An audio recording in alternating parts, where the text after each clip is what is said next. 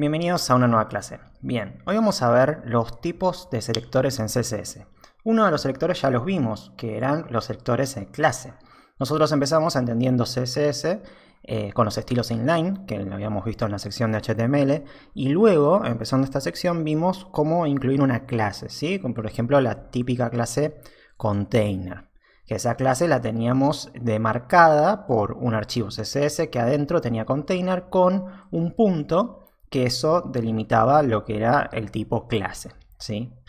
Ahora, supongamos que queremos que el container, ¿sí?, además de que sea una clase, tenga un ID, ¿sí? O sea, este contenedor tenga un ID que pertenezca a un tipo de atributo, ¿sí?, de propiedad de CSS que solo se aplique a un solo elemento, ¿sí?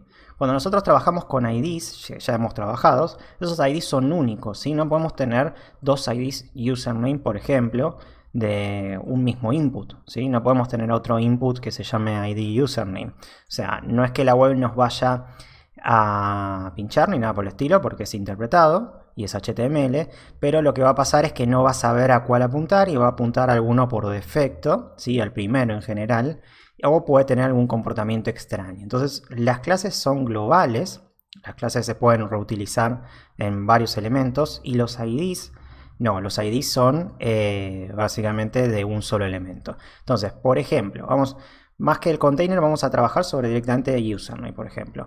Nosotros ya tenemos el ID username determinado, ¿sí? Pues lo tenemos acá en este input. Entonces nosotros, por ejemplo, queremos aplicar un estilo únicamente a este input, ¿sí? Entonces vamos a crear Open with Leaf Server, ¿sí? Vamos a crear el servidor para ver este archivo y nosotros tenemos todo este contenido.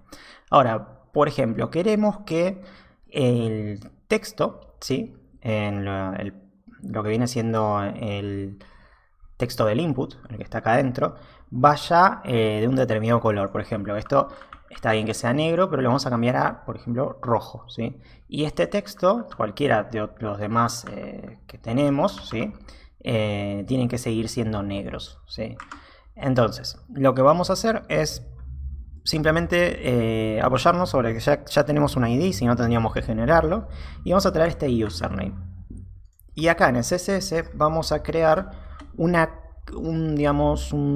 no sería clase, pero sería una directiva de CSS para username. ¿Cómo hacemos referencia a los IDs? Con numeral username, ¿sí? Y adentro vamos a escribir color y le vamos a decir red, ¿sí? Perfecto. Entonces, ahora, como cambiamos ese color, si venimos acá, van a ver que el color automáticamente es rojo, ¿sí? Y todo lo demás es negro, lo cual está bien. Ahora, en general, si yo le pongo, por ejemplo, a este ID password, le vuelvo a poner, bueno, justo password no, pero vamos a duplicar esta línea, vamos a duplicar acá. Solo para mostrarles algo, tenemos dos ID username. Bueno, en este caso funciona, pero en general no es lo recomendado, ¿sí? No deberían tener múltiples IDs porque pueden generar comportamientos erráticos, ¿sí? Así que básicamente tendrían que tener un único ID. Ahora, si queremos que esta clase, este atributo de color rojo, aplique a todos los elementos, ¿sí?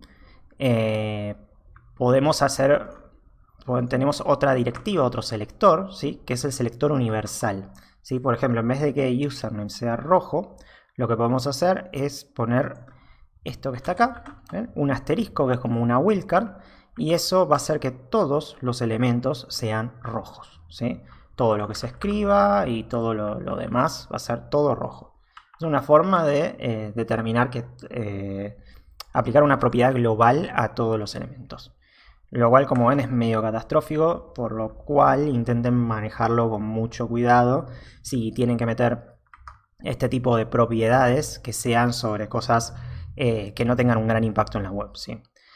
Y la siguiente, que es el otro selector que nos queda, ¿sí?, es el de elemento. Nosotros vimos el de clase, el de ID, el universal, que es este que está acá, y el de elementos. El de elementos es tan sencillo como poner el nombre del elemento en la directiva y automáticamente se va a aplicar todo eso. Por ejemplo, queremos que, vamos a borrar esto, queremos que todos los divisores, ¿sí? Todos los div tengan un margen a la izquierda, ¿sí? De, por ejemplo, 30 px, para hacer algo exagerado. O sea que van a tener un corrimiento bastante grande.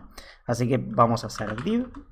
Y adentro lo que vamos a escribir es margin left, margen izquierdo, de 30 px, punto y coma, y guardamos. Y ahora volvemos acá y vamos a ver que más allá del contenedor, que ya está dando un margen de, ¿cuánto habíamos dicho? De 10 px, ¿sí? Porque está dentro del contenedor. También tenemos un margen derecho, un margen izquierdo sobre todos estos elementos, ¿sí? ¿Por qué estos elementos? Porque esto teóricamente es un label y esto es un input, pero está afectando a todos, porque cada uno de estos está contenido por un divisor. Y lo que hace CSS es justamente ver la jerarquía, ¿no? O sea, si nosotros tenemos, por ejemplo, vamos a hacer que todos los inputs tengan otro margen, ¿sí? Otro margin left para seguir con esto, ¿no? Y para verlo más gráficamente vamos a poner un margin left de 10 px.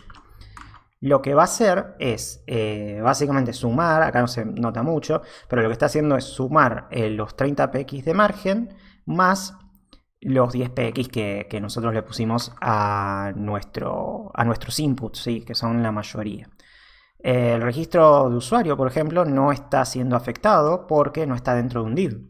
Si nosotros queremos que también aplique esta misma directiva, ¿sí? Tendríamos que o crear una clase y asignárselas a los divs, o simplemente hacer h1 y acá adentro ponerle margin left 30 px. Entonces vamos a quitar este input para que quede mejor. Vamos a venir acá y automáticamente ya tenemos el mismo resultado. Pero ¿qué ocurre? Si nosotros teóricamente solo en el h1 tenemos que aplicarle la misma propiedad que en el divisor, entonces estamos poniendo código de más, armando dos propiedades, ¿sí?